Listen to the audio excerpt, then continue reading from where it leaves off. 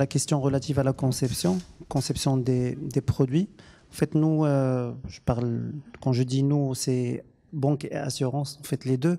Dans la conception, on essaie au maximum de répondre plus ou moins à tous les besoins, besoins qui sont recensés chez nous à date, en plus d'une personnalisation de ces besoins en fonction des risques, de l'appétence au risque de chaque profil.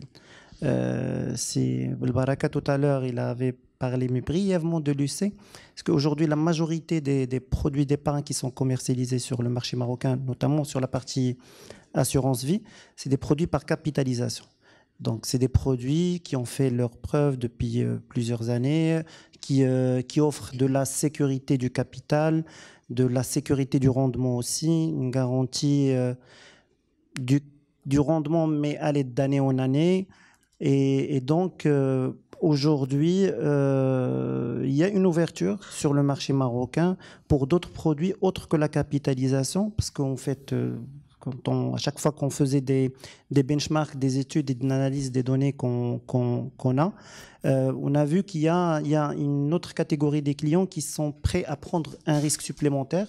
Mais qui dit risque supplémentaire, donc heureusement qu'on est dans un marché très réglementé, donc c'est un risque qui est maîtrisé, mais qui dit risque dit rendement supérieur à ce qui est offert par des supports d'investissement qui sont moins risqués.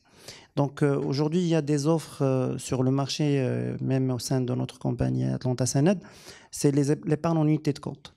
Donc on a conçu des produits qui peuvent répondre aux besoins d'un certain nombre de profils. Donc, on a même des profils qui sont prédéfinis, c'est-à-dire que les clients qui veulent s'initier, donc on essaie de les accompagner, on fait des entretiens lors de la souscription pour pouvoir définir un profil de risque cible et leur proposer des profils qui sont déjà préétablis par la compagnie.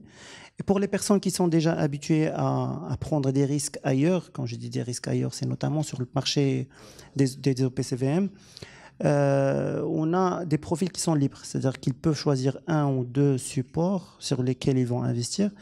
Et je donne juste un exemple pour 2024, on a l'un des supports qu'on proposait, ils ont donné des rendements qui dépassent les 30% sur une année.